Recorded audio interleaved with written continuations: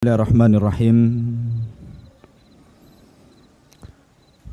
Alhamdulillahi rabbil alamin. Wassalatu wassalamu ala asrafil anbiya'i wal mursalin Muhammadin sallallahu alaihi wa atamma taslim.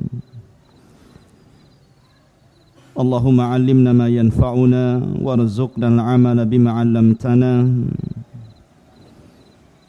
Allahumma ij'al hadha ijtima'ana ijtima'a marhuma waj'al tafarruqana min ba'dihi tafarruqa ma'suma wa la taj'al fina wa la min bainina saqiya wa la mahruma. Rabbi israh li sadri wa yassir li amri wahlul 'uqdatam min lisani yafqahu qawli, amma ba'du.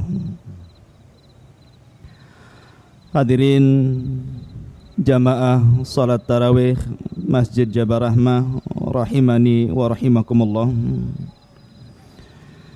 Alhamdulillah, pada malam hari ini kita bisa melaksanakan kewajiban Allah, salat isya berjamaah, kemudian dilanjutkan dengan sunnah Rasul, salat tarawih berjamaah, dan kita lanjutkan dengan kajian qasasul Quran, kisah-kisah di dalam Al-Quran. Kali ini kita akan mengkisahkan sebuah kisah yang sangat agung sekali, karena kisah ini terdapat dalam surat yang setiap minggu kita baca. Setiap hari Jumat kita membaca surat ini. Bahkan siapa yang membaca surat ini, maka dia akan terhindar dari fitnah Dajjal, fitnah Dajjal. Jadi kisah ini terdapat dalam suratul Kahfi ayat 60 sampai 82, cukup panjang. Mudah-mudahan kita selesaikan pada malam hari ini. Kisah ini dikenal dengan Qissatu Musa wal Khadir, kisah Nabi Musa dan kisah Nabi Khidir alaihimassalam. Ma'asyiral muslimin rahimani wa rahimakumullah. Sering saya ulang-ulang bahwa Nabi SAW pernah ditanya oleh Abu Dzar Al-Ghifari radhiyallahu an tentang jumlah para nabi dan rasul. Maka Nabi SAW menjawab bahwa jumlah para nabi adalah 120.000 yang Allah utus ke permukaan bumi. Dari sekian banyak para nabi dan rasul, yang kita kenal hanya 25 nabi dan rasul. Dari 25 nabi dan rasul, ikhwatu fiddin, tidak semua dikisahkan secara rinci dalam Al-Quran. Bahkan ada hanya menyebutkan nama tapi tidak ada ceritanya. Seperti umpamanya Nabi Zulkifli, tidak disebutkan kisahnya. Tapi ada juga nabi yang hanya ringkas ceritanya, seperti Nabi Saleh, Nabi Syuaib dan yang lainnya. Tapi juga ada nabi yang sangat rinci Al-Quran menjelaskan kisahnya, mulai bagaimana beliau dilahirkan, beliau tumbuh, bagaimana berdakwah, bagaimana menghadapi kaumnya, dan begitu seterusnya. Maka salah satu nabi yang paling lengkap yang dikisahkan dalam Al-Quran adalah Nabiullah Musa alaihi salatu wassalam. Bahkan beliau adalah nabi terbanyak yang disebutkan namanya dalam Al-Quran. Makanya wajar kalau kemudian Nabi Musa memiliki pengaruh yang sangat besar bagi Bani Israel, termasuk juga orang-orang Yahudi di zaman Nabi SAW. Lah, yang saya ingin kisahkan ikhwatu fiddin adalah kisah Nabi Musa dengan Nabi Khadir atau Khidir alaihimassalam. Ma'asyiral muslimin rahimani wa rahimakumullah. Suatu ketika Nabi Musa alaihi salatu wasallam pernah berkhutbah di hadapan Bani Israel. Fasa'ala ahadun nas, tiba-tiba ada seseorang bertanya kepada Nabi Musa alaihi salatu wassalam, "Ya Musa, hal hunaka a'lamu minka?" Apakah di sana ada orang yang lebih pandai, lebih mengetahui daripada dirimu? Maka ketika itu Musa menganggap bahwa ketika itu tidak ada nabi dan rasul kecuali dirinya, dan tidak ada yang diberikan ilmu seperti ilmu para nabi dan rasul. Sehingga Musa mengatakan tidak ada yang lebih mengetahui kecuali diriku. Dan Musa lupa mengucapkan insya Allah. Mestinya Musa mengatakan Allahu a'lam, mungkin sepengetahuan saya tidak ada kecuali saya, atau insya Allah tidak ada. Akhirnya Allah subhanahu wa ta'ala menghukum ucapan Musa dan mengatakan, sesungguhnya di sana ada orang yang lebih mengetahui daripada engkau wahai Musa. Dialah Nabi Khidir alaihi salatu wassalam. Maka ketika Musa alaihi salatu wassalam mengetahui bahwa ada orang yang lebih tahu tentang agama selain dirinya, maka Musa bertanya kepada Allah Azza wa Jalla, "Ya Rabb, tunjukkan jalan aku menuju dia, supaya aku bisa belajar kepadanya." Subhanallah, tawadhu ikhwan. Musa seorang nabi dan rasul. Bukan hanya nabi dan rasul, tapi dia adalah salah satu daripada 5 pilihan para nabi dan rasul yang disebut dengan ulul azmi minar rusul. Tapi ketika ada orang yang lebih tahu daripada dirinya, dia mengatakan kepada Allah subhanahu wa ta'ala, "Tunjukkan kepadaku aina sabil ilaih." Tunjukkan jalan, aku ingin belajar kepada dia. Mestinya talabul ilmi seperti itu, ikhwan. Tugas talabul ilmi, makanya para ulama mengatakan la yambulu li talibil ilmi, tidak mungkin seorang talabul ilmi dianggap cerdas kecuali dia belajar amman fauqahu wa amman dunahu wa amman mislahu. Dia belajar kepada orang yang di atas ilmunya, atau di bawah ilmunya, atau setara ilmunya. Talabul ilmi harus seperti itu. Tidak mesti harus belajar kepada orang yang lebih tinggi dari kita. Terkadang kita perlu belajar kepada orang yang lebih rendah ilmunya dari kita, atau mungkin sama dengan kita. Ma'asyiral muslimin rahimani wa rahimakumullah. Akhirnya Allah subhanahu wa ta'ala kemudian menunjukkan kepada Musa bahwa orang tersebut engkau akan didapati fi majma'il bahri, di tempat pertemuan air, di tempat pertemuan air lautan. Terjadi silang pendapat di antara para ulama, maksudnya majma'il bahri, pertemuan 2 sungai atau 2 lautan ini. Ada yang mengatakan itu adalah pertemuan sungai Romawi dan sungai Persia. Ada juga yang mengatakan bahwa itu adalah pertemuan sungai Nil yang ada di Mesir. Sementara Musa berada di mana? Di Palestina. Artinya bahwa jauh sekali jaraknya. Sehingga dia mengatakan, bagaimana aku bisa menemui beliau wahai Rabb, sementara engkau tidak menyebutkan di mana alamat yang jelas. Hanya engkau akan dapati orang itu di antara pertemuan lautan atau pertemuan sungai. Ma'asyiral muslimin rahimani wa rahimakumullah. Akhirnya Musa alaihi salatu wasallam diberikan petunjuk oleh Allah subhanahu wa ta'ala agar dia berjalan, dan sebagai petunjuknya adalah Allah subhanahu wa ta'ala memerintahkan dia untuk membawa bekal berupa ikan yang sudah dibakar.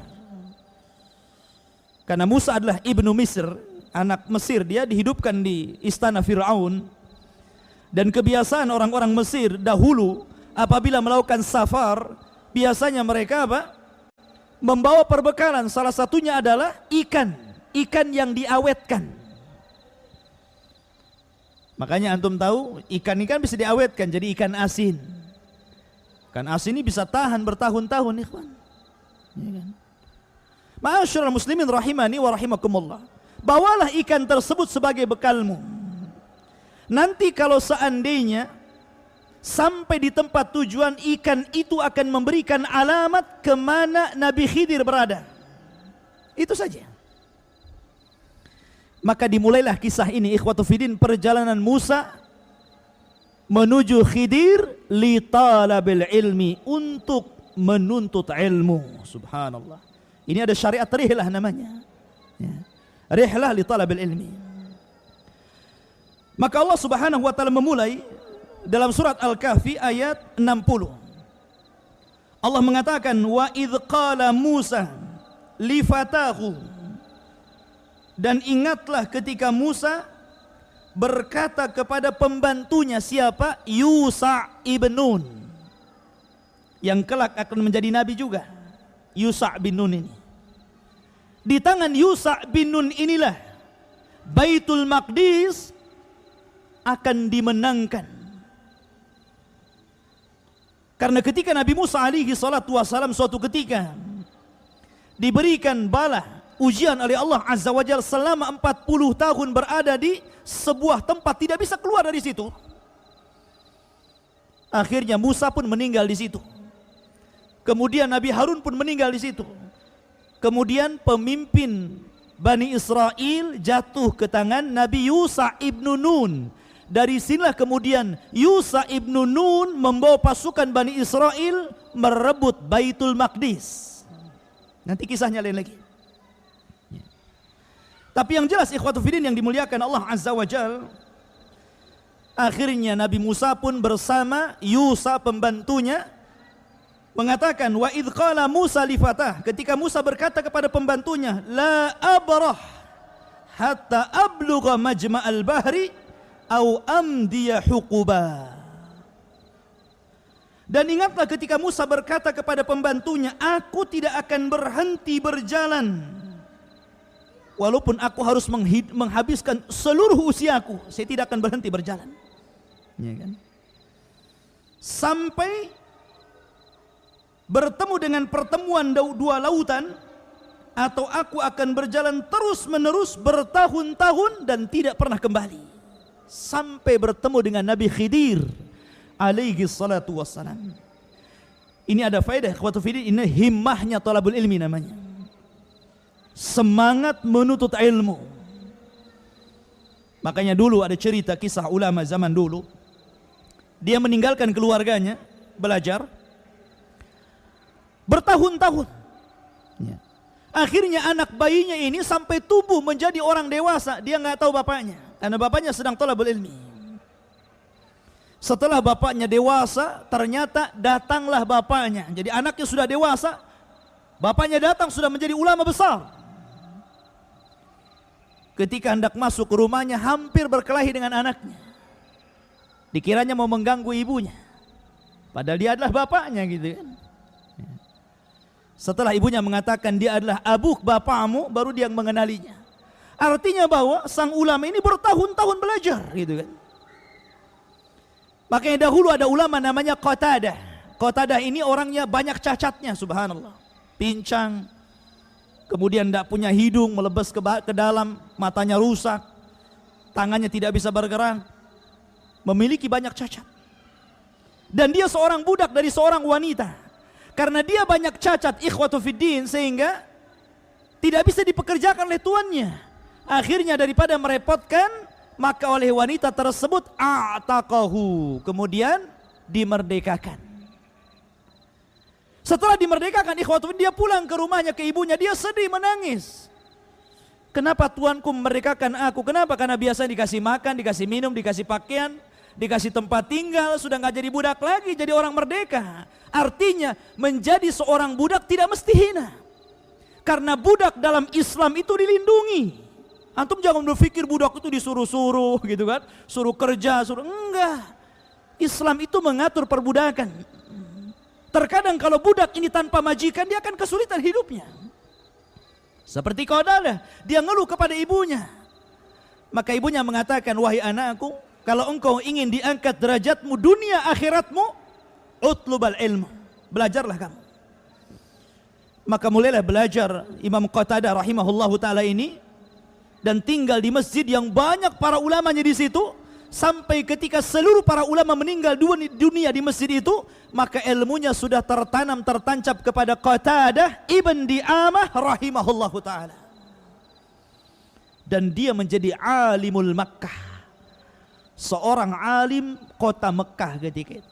Sampai Khalifah Harun ar-Rashid ketika itu meminta kepada pengawalnya agar Qatadah mau datang ke istananya karena ingin menanyakan sebuah permasalahan. Maka datanglah pengawal ini kepada Qatadah dan mengatakan, ya Qatadah, Khalifah memanggilmu.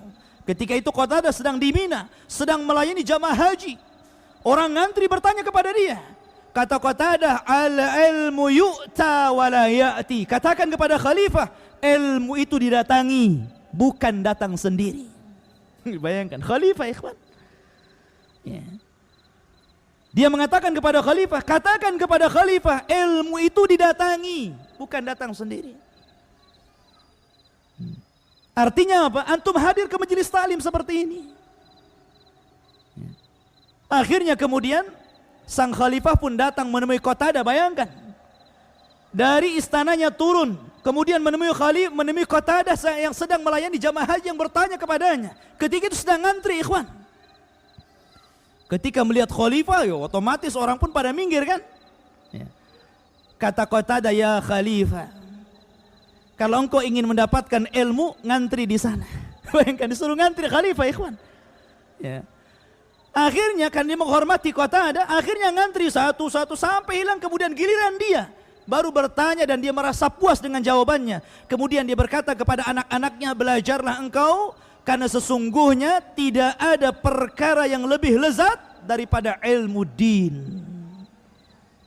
Ilmu din. Makanya para ulama, seandainya mereka para penguasa itu tahu lezatnya ilmu bagi para ulama, tentu mereka akan memenjarakan kita para ulama. Karena mereka tidak akan mendapatkan ketenangan seperti ketenangan talabul ilmi. Ma'asyiral muslimin, kita lanjutkan. Kemudian falamma balagha majma'a bainihima nasya hutahuma fattakhadha sabilahu fil bahri saraba. Maka ketika mereka sampai ke pertemuan dua lautan tersebut, mereka lupa ikannya. Lalu ikan tersebut melompat mengambil jalannya menuju lautan tersebut. Jadi Musa sampai dia tidak tahu kalau sebenarnya jarak dia dengan tempat itu sudah dekat, tapi dia nggak tahu. Dia terus menyelusuri lautan. Dia tidak tahu di mana tempatnya. Pokoknya dia berjalan saja, nggak berhenti bertahun-tahun. Karena Allah Subhanahu wa taala tidak menunjukkan titik yang jelas di situ tempatnya, tidak. Tapi Allah yang mengatakan cari dia. Pokoknya di pertemuan lautan, itu saja. Ada yang mengatakan bahwa pertemuan lautan itu berada di Tonjah. Tonjah itu satu kota ikhwan yang dahulu dibuat oleh Tariq bin Ziyad. Jadi Tariq bin Ziyad ketika menyerang negeri Andalusia, maka kota Tonjah itu dijadikan kota kekuatan kaum muslimin yang dipimpin oleh panglima perang Tariq ibn Ziyad. Ada yang mengatakan di situ tempatnya. Ya. Jadi ketika ikhwatu fiddin, Musa ini berjalan terus, akhirnya melihat ada satu batu di pinggir lautan, maka Musa pun tertidur dengan Yusha ibn Nun. Yusha ibn Nun ikhwatu fiddin, ketika terbangun dia lebih dahulu bangun daripada Musa alaihi salatu wassalam. Dia heran melihat kepada tempat ikannya itu. Ikan ini kan sudah mati, karena ikan ini untuk bekal makan. Tiba-tiba ikan mati ini Allah utus ruh sehingga jadi hidup, kemudian ikannya loncat.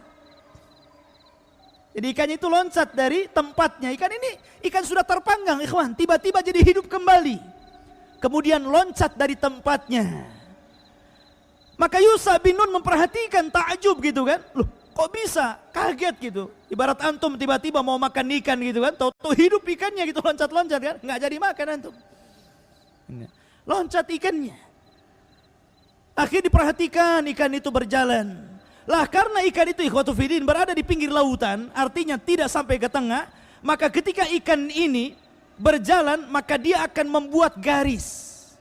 Coba kalau antum taruh ikan di airnya sedikit gitu kan, di mana ikannya tidak tenggelam. Kalau ikan itu berjalan maka dia akan membuat garis. Rupanya garis itulah yang kelak akan menunjukkan Musa ke tempat Khidir alaihi salatu wassalam. Ketika terbangun Nabi Musa, Yusha bin Nun lupa nggak ngasih tahu kepada Nabi Musa. Kata Musa alaihi salatu wassalam, ayo kita lanjutkan perjalanan. Maka kemudian keduanya melanjutkan perjalanan sampai ikhwatu fiddin yang dimuliakan Allah Azza wa Jal. Falamma jawazah qala li fatahu atina ghada'ana laqad laqina min safarina hadha nasaba. Maka disebutkan dalam ayat selanjutnya, maka ketika mereka telah melewati tempat itu, Musa berkata kepada pembantunya Yusha bin Nun, bawalah kemari makanan kita, sesungguhnya kita telah merasa lelah letih karena perjalanan kita ini. Jadi sudah melewati jauh dari tempat yang tadi lepasnya ikan tersebut. Musa ini selamanya nggak pernah letih, dia berjalan kaki nggak pernah letih. Terus menelusuri lautan, tidak pernah letih. Tapi kali ini Musa mengalami keletihan yang luar biasa, luar biasa. Menunjukkan bahwa alamat telah dekat. Ya kan? Maka kemudian Musa mengatakan, ya Yusha, mana perbekalannya? Saya letih, saya ingin makan. Dikeluarkanlah perbekalannya, rotinya. Tiba-tiba ikannya nggak ada. Yang biasanya roti sama ikan, ikannya nggak ada. Kata Musa alaihi salatu wassalam, aina samak, mana ikannya? Ya. Baru teringat Yusha bin Nun bahwa ikan itu hidup kemudian kafaz, loncat dari bejananya kemudian kabur. Ya. Maka kemudian baru dia ceritakan bahwa ikannya tadi hidup kemudian loncat dari bejana. Maka kemudian dijelaskan, qala ara'aita idh awayna ila sahrati fa inni nasitul hut wa ma ansanihu illa syaitan an adhkurahu. Perhatikan di sini. Dia pembantunya menjawab, tahukah engkau ketika kita mencari tempat perlindungan di bebatuan tadi, maka aku lupa menceritakan tentang ikan itu. Dan tidak ada yang membuat aku lupa kecuali syaitan telah melupakan aku. Syaitan yang telah melupakan aku sehingga aku lupa cerita kepadamu. Maka dia mengatakan, wattakhadha sabilahu fil bahri ajaba. Dan ikan itu mengambil jalannya ke laut dengan cara yang aneh sekali. Ini ceritanya Yusha bin Nun. Apakah Musa ketika itu marah karena ikannya hilang? Tidak, malah dia senang. Ya. Dia merasa senang. Ah, ini yang ingin saya katakan. Di mana tadi tempatnya ikan itu lari gitu kan? Karena itu alamatnya. Maka akhirnya ikhwatu fiddin yang dimuliakan Allah Azza wa Jal, maka Yusha bin Nun dan Nabi Musa kembali ke tempat tadi. Ya kan? Ke tempat di mana dia beristirahat di atas batu, kemudian ikannya loncat di situ. Maka Musa mengatakan, qala dzalika ma kunna nabghi. Kata Musa alaihi salatu wasalam, inilah tempat yang kita cari-cari. Ya kan? Fartadda ala atharihi maqasasa. Maka kemudian Musa berusaha untuk mengikuti jalan ke arah semula. Dan Allah Subhanahu wa taala takdirkan dia menemui batu yang dia beristirahat di situ. Kemudian Musa bertanya, kemana ikan yang kau lihat tadi, loncat dari bejana tersebut? Maka Yusha menunjukkan dia loncat ke arah sini. Dan ternyata di situ sudah ada garis di mana ikan terus berjalan, diikuti oleh Musa. Sampai akhirnya ikhwatu fiddin, ikan itu berhenti. Ternyata di situ ada seorang laki-laki jalis yang sedang duduk termenung. Maka Musa alaihi salatu wassalam berkata, assalamualaikum. Laki-laki ini terperanjat, kenapa? Dia aneh, ada orang yang mengucapkan salam.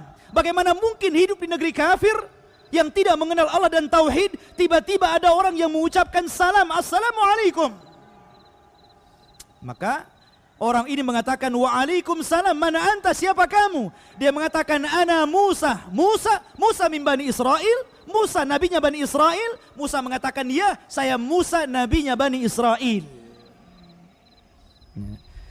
Kemudian dia mengatakan, ana Khidir, saya Khidir. Khidir itu artinya hijau. Karena salah satu mukjizat Nabi Khidir, kenapa Khidir dikatakan Khidir? Karena dia memiliki mukjizat, setiap dia singgah di sebuah tempat yang gersang, kalau dia duduk di situ, selepas dia pergi, yang gersang itu jadi hijau semuanya. Maka disebut Khidir.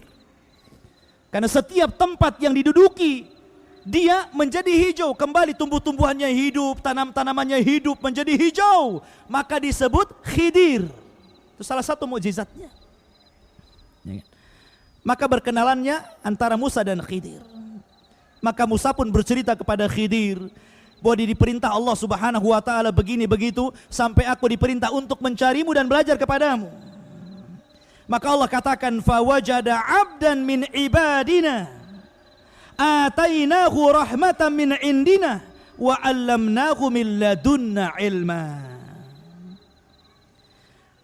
Maka ikhwatu fiddin yang dimuliakan Allah Azza wa Jalla, maka dia mendapati seorang hamba dari hamba-hamba kami yang kami berikan rahmat dari sisi kami, dan kami ajarkan kepadanya ilmu yang luas kepada Khidir alaihi salatu wassalam.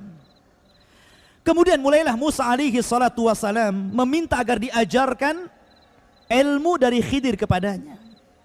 Musa meminta kepada Khidir, tolong ajarkan apa yang kau miliki, apa yang Allah ajarkan kepadamu, ajarkan itu kepadaku.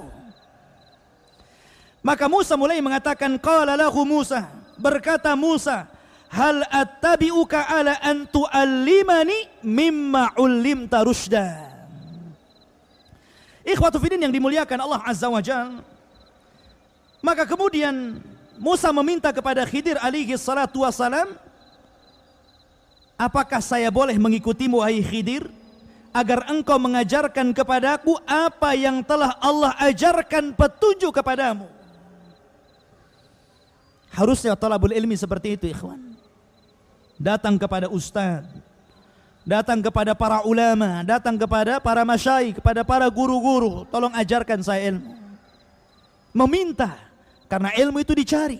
Ilmu tidak mungkin dihayalkan, tahu-tahu ada ilmu laduni gitu, nggak ada. Al ilmu bitta'ammul, ilmu laisal ilmu bitta'ammul walakinnal ilma bitta'allum. Ilmu itu bukan direnungkan, tahu-tahu ada, saya ingin pintar Quran, saya bakar Qurannya, kemudian dimasukkan dijadikan kopi, kemudian diminum, wah saya sudah hafal Quran, enggak gitu. Ya. Tapi dihafal, dipelajari, baru antum akan hafal Quran dan paham Al-Quran. Maka Musa alaihi salatu wassalam meminta kepada Khidir, ajarkan kepadaku ilmu. Tapi Khidir alaihi salatu wassalam, ikhwatu fiddin, mengatakan, qala innaka lan tastati'a ma'iya sabra. Wahai Musa, engkau tidak akan mampu sabar kalau engkau ikut denganku. Kau tidak akan sabar. Kenapa? Karena nanti ada kejadian-kejadian aneh yang luar biasa, yang di luar nalar manusia. Makanya Khidir mengatakan, kau enggak akan sabar, enggak usah ikutlah. Tapi Musa berjanji kepada Khidir ketika itu dan mengatakan, wa kaifa tasbir ala ma lam tuhit bihi khubra. Bagaimana engkau akan sabar terhadap apa-apa yang tidak akan terjangkau siapapun.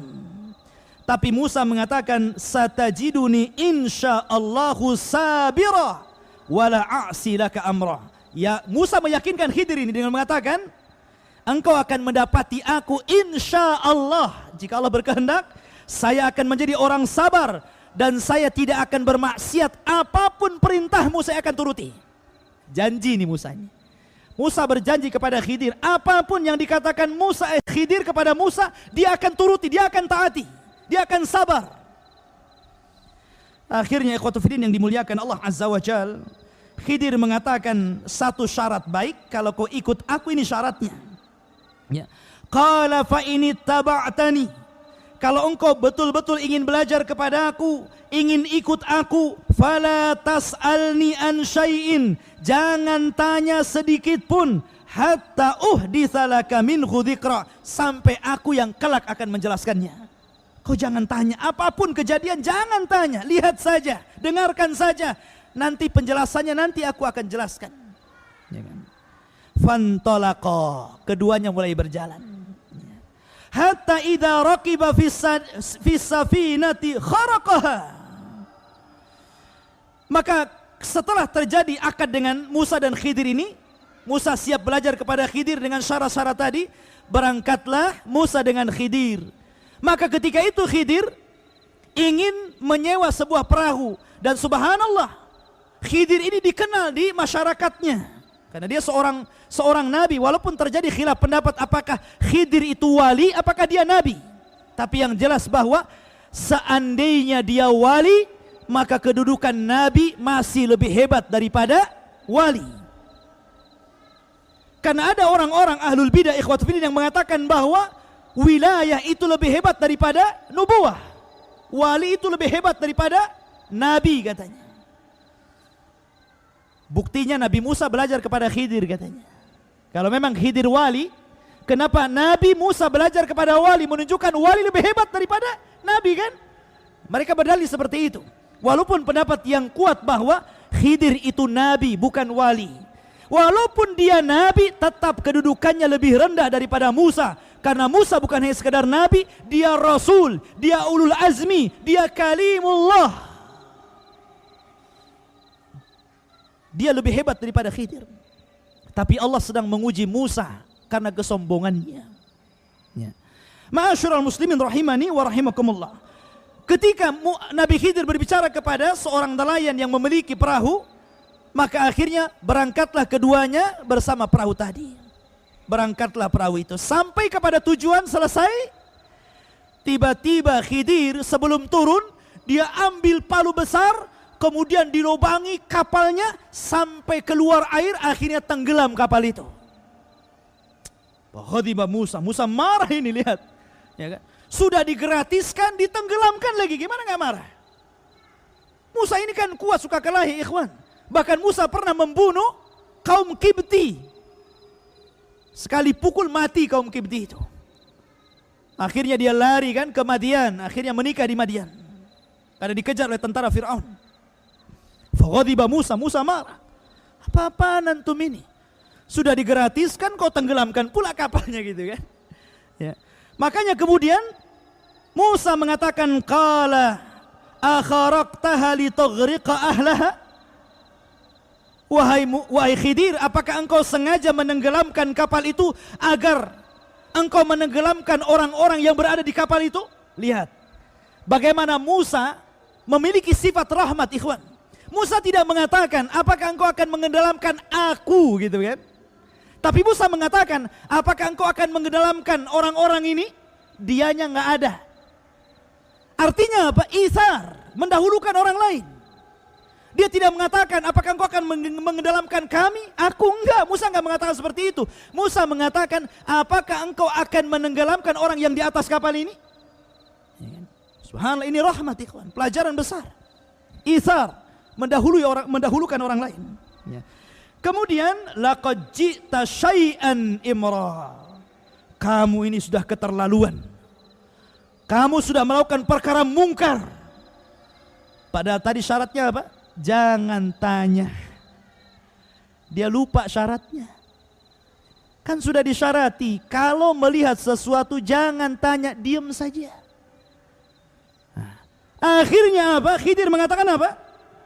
Qala alam aqul innaka lan tasta'iya ma'iya sabra. Bukankah sudah saya katakan kau nggak akan sabar ikut aku? Buktinya ini sudah saya kasih syarat jangan tanya, sekarang udah tanya lagi. Akhirnya karena ketika itu Musa merasa lupa gitu kan, maka dia mengatakan qala la tu'akhidni bima nasit wa la turhiqni min amri usra. Maka akhirnya Musa alaihi salatu wassalam berkata, Janganlah engkau menghukum aku karena kelupaanku, dan janganlah engkau membebani aku dengan sesuatu kesulitan dalam urusanku, wahai Khidir. Ya. Maaf tadi lupa saya, bahasanya seperti itu. Maafkan saya ingin tetap ikut kamu. Fantolako, maka kemudian setelah keluar dari perahu yang tenggelam itu, kemudian berenang ke daratan. Di daratan itu ikhwatu fiddin ada anak-anak yang sedang bermain. Tiba-tiba Khidir melihat ada satu anak-anak kecil ini sangat tampan. Dari sekian anak-anak yang sedang bermain ini, ada anak kecil ini Masya Allah paling tampan di seluruh anak-anak. Tiba-tiba anak itu diambil, kemudian dipukul kepalanya dengan batu, kemudian disembelih, dipisahkan kepala dari badannya. Makin aneh lagi ini kan. Ini sudah nenggelamkan kapal, nggak berterima kasih, tahu-tahu tengok anak, dihempas kemudian dengan batu kepalanya sampai mati, sudah mati dilepaskan kepala dari badannya. Apa-apaan ini Khidir ini? Ya kan? Makanya kemudian fantalaka, keduanya berjalan lagi. Hatta idza laqiya ghulaman. Sampai ketika dia melihat anak kecil, faqatalah, dibunuhnya anak itu. Qala Musa, nggak tahan ini nggak lupa ini. Tadi lupa dia yang nanya, ini nggak lupa. Karena sudah keterlaluan. Ya kan? Maka Musa mengatakan, aqatalta nafsan zaqiyatan bighairi nafsin. Khidir, kenapa engkau membunuh jiwa yang tidak bersalah? Ya kan? Laqad ji'ta syai'an nukra, kamu ini memang sudah keterlaluan kamu ini. Makin marah Musa kan. Khidir marah lagi. Dia mengatakan, alam aqul laka. Tadi nggak ada lakanya. Ini ada lakanya dengan suara meninggi. Dia mengatakan, sudahkah aku katakan laka kepadamu? Nah, tadi nggak ada kata-kata kepadamu. Ini sudah naik. Musa emosi, Khidir juga emosi gitu kan. Bukankah sudah aku katakan kepadamu? Nah, itu takkid gitu kan. Engkau nggak akan sabar ikut aku. Ya kan? Qala, kata Khidir ini, sudah terakhir ini, in sa'altuka an syai'in, sekali lagi engkau bertanya, ba'da hadza, setelah kejadian ini, fala tusahibni, keluar, jangan ikut aku. Diusirnya, lihat. Ya. Sekali lagi kau tanya, jangan ikut aku, pergi sana. Qad balagta min ladunni udhra. Ya. Ya, saya sudah kasih udzur padahal tadi, tapi kau masih bertanya juga. Akhirnya ini terakhir, sekali lagi bertanya, sana. Fantalaku, keduanya keluar karena keduanya merasa lapar, sudah berjalan jauh, naik kapal ditenggelamkan, bunuh anak kecil gitu kan, nggak bawa bekal lagi, lapar mereka dua.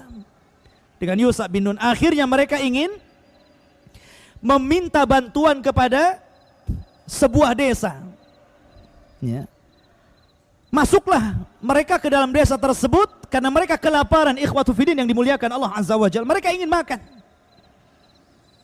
Bertamu kepada penduduk desa agar mendapatkan makanan, tapi penduduk desa itu ikhwatun semuanya jahat.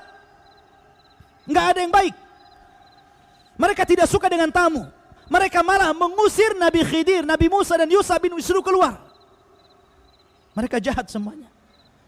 Padahal haknya seorang tamu, ikhwatu fiddin, sudah selayaknya minta makan kepada tuan rumah. Kecuali sudah 3 hari. 3 hari ngusir balik. Kalau belum 3 hari berhak dia buka kulkasnya. Saya sudah di sini kok nggak dikasih makan. Ya kan? Berhak antum minta. Tapi kalau sudah 3 hari, tuan rumah berhak ngusir antum. Ya kan? Ma'asyiral muslimin rahimani wa rahimakumullah. Akhirnya karena tidak, orang desa itu jahat-jahat, keluarlah orang ini. Sebelum keluar di perbatasan desa, ada satu rumah yang akan runtuh bangunannya. Rumah rusak, akan runtuh sedikit lagi. Akhirnya kata Khidir alaihi salatu wassalam, Musa berhenti dulu. Kita benerin dulu rumah ini. Kata Musa, ini rumah siapa? Sudah jangan tanya, benerin dulu. Ya. Kata Musa, wahai Khidir, kenapa kita tidak jadi tukang bangunan tadi di desa tersebut?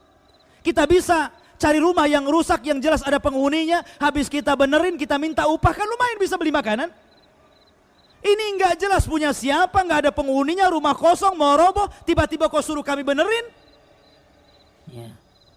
Ma'asyiral muslimin rahimani wa rahimakumullah. Lihat di sini ikhwatu fillah. Dua perkara berbeda dengan satu ini. Ya kan? Yang pertama, orangnya baik, ngasih tumpangan, ternyata Khidir yang jahat kan, ditenggelamkan kapalnya. Yang kedua, anak nggak salah, lagi main ditangkap, dibunuh, dicopot kepala sama badannya. Ya kan? Yang ini enggak, ini orangnya jahat, sekarang Khidirnya yang baik. Paham kan? Ya. Ini kan orang-orang ini jahat, tapi Khidirnya yang baik sekarang. Benerin rumah orang.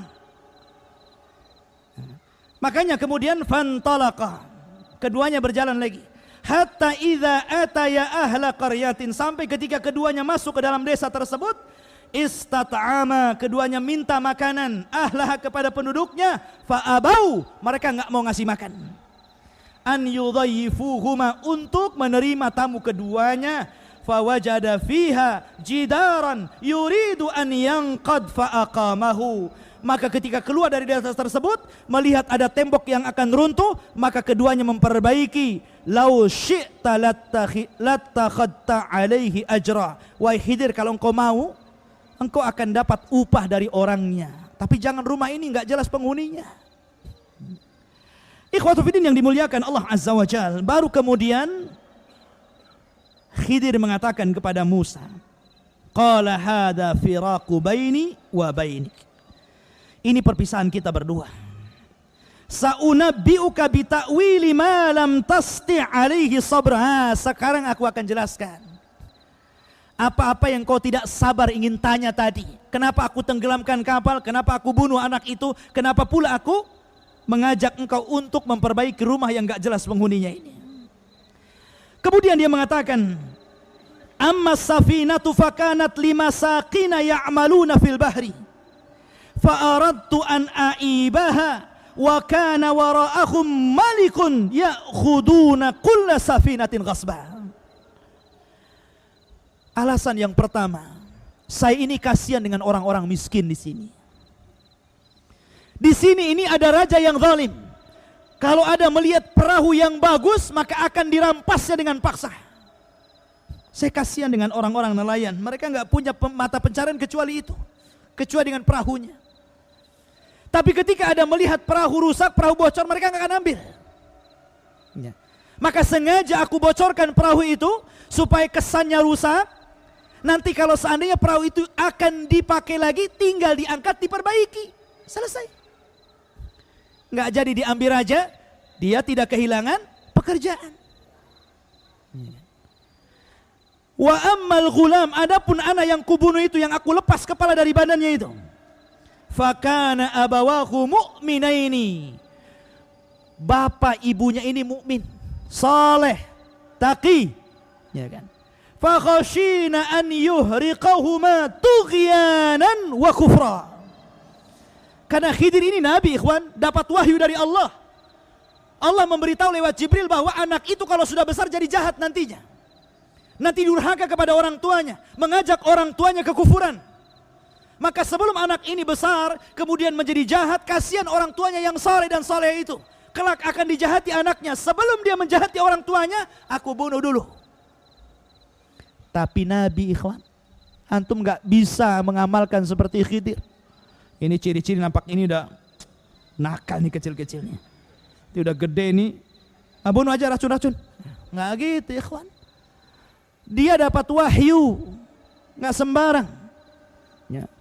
Makanya ada orang tua juga yang latah. Anak kecil kan biasa nakal gitu. Terkadang orang tua ini mengumpat terlalu. Mati saja kamu di jalan sana. Padahal ikhwatu fiddin, antum tahu cerita imam besar Mekah, Sudes. Imam Sudes itu kecilnya nakal juga, sama dengan antum.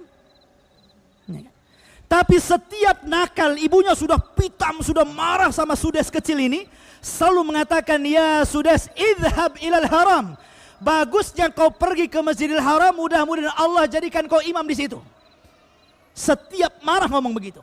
Daripada kau nakal sana ke masjid, nanti kau jadi imam di situ. Setiap marah ngomong gitu ibunya. Akhirnya doa ibu mustajab, ikhwan. Siapa yang tidak kenal Sudes? Kalau antum ke Mekah, apalagi 10 akhir Ramadan, seluruh jamaah menanti-nanti Imam Sudais, apalagi kalau sudah giliran kunut beliau. Subhanallah ikhwan. Ini enggak. Malah kita kemudian mengucapkan kalimat yang macam-macam. Sana, pergi sana, mati saja kamu. Tahu-tahu ketabrak motor, mati betulan. Kan enak kalau sana ke Jabara mengaji, nanti jadi ustaz. Alhamdulillah, gantiin saya di sini. Ya. Jadi ikhwatu fiddin yang dimuliakan Allah Azza wa Jalla. Jadi bahasa ini pentingnya. Maka anak ini karena dilihatnya kelak, menurut kacamata wahyu tentunya kan, karena akan besar, maka akan jadi jahat, dibunuh dulu sama Khidir. Adapun rumah yang akan roboh itu ikhwatu fiddin, itu rumahnya anak yatim. Makanya kemudian dia mengatakan, wa ammal jidaru, adapun rumah yang akan roboh itu, fakana li ghulamaini, itu milik 2 anak kecil yatimaini, yang yatim keduanya, fil madinati, sekarang ada di kota 2 anak itu. Wa kana tahtahu kanzun lahuma, di bawah rumah itu ada harta karun, banyak emasnya, banyak hartanya. Sementara warga desa ini jahat-jahat. Kalau seandainya mereka mengetahui bahwa di balik rumah ini ada harta karunnya, mereka saja sama tamu jahat, apalagi ini harta karun, maka mereka akan mencurinya. Wa kana abuhuma salihan, dan kedua bapaknya saleh. Ikhwan, faedah yang sangat besar dari kisah ini. Kata para ulama, kalau antum menjadi orang saleh, kemudian istri antum menjadi salehah, ketika antum meninggal, antum tidak perlu khawatir dengan anak-anak antum. Karena Allah Subhanahu wa taala berfirman dalam Al-Qur'an, innal ladzina qalu rabbunallah thumma istaqamu tatanazzalu alaihimul malaikatu alla takhafu wa la tahzanu wa abshiru bil jannati allati kuntum tu'adun. Dan orang-orang yang mengatakan Rabbuna, Rabb kami Allah, kemudian istiqamah, kemudian ketika dia meninggal, malaikat akan datang membisikkan di telinganya, alla takhafu, jangan takut. Takut akan apa? Takut akan apa yang engkau tinggalkan setelah kematianmu. Jangan takut hartamu, jangan takut anak-anakmu, jangan takut keturunanmu. Malaikat yang akan menjaganya. Wala tahzanu, dan jangan bersedih hati. Kelak akan Allah berikan janji yang luar biasa di akhirat. Jangan takut neraka, jangan takut azab, jangan bersedih hati tentang siksa, karena Allah telah kabarkan kepadamu janji berupa sorga. Artinya bahwa kalau orang tuanya saleh dan saleh, insya Allah anak-anaknya juga demikian.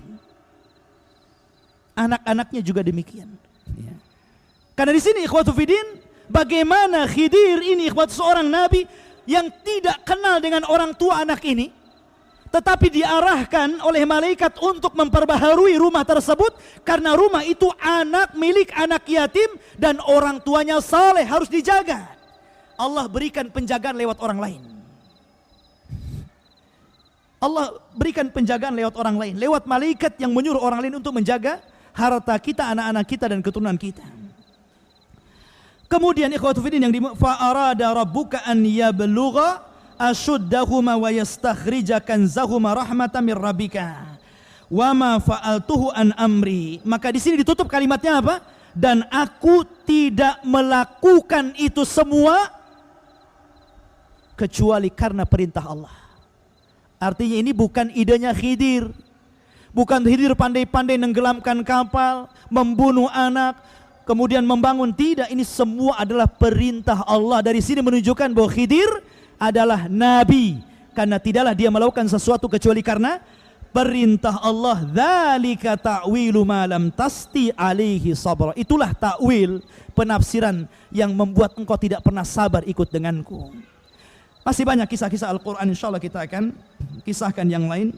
Subhanakallah bihamdika asyhadu an la ilaha illa anta astaghfiruka wa atubu ilaik. Allahu ta'ala alam. Assalamualaikum warahmatullahi wabarakatuh.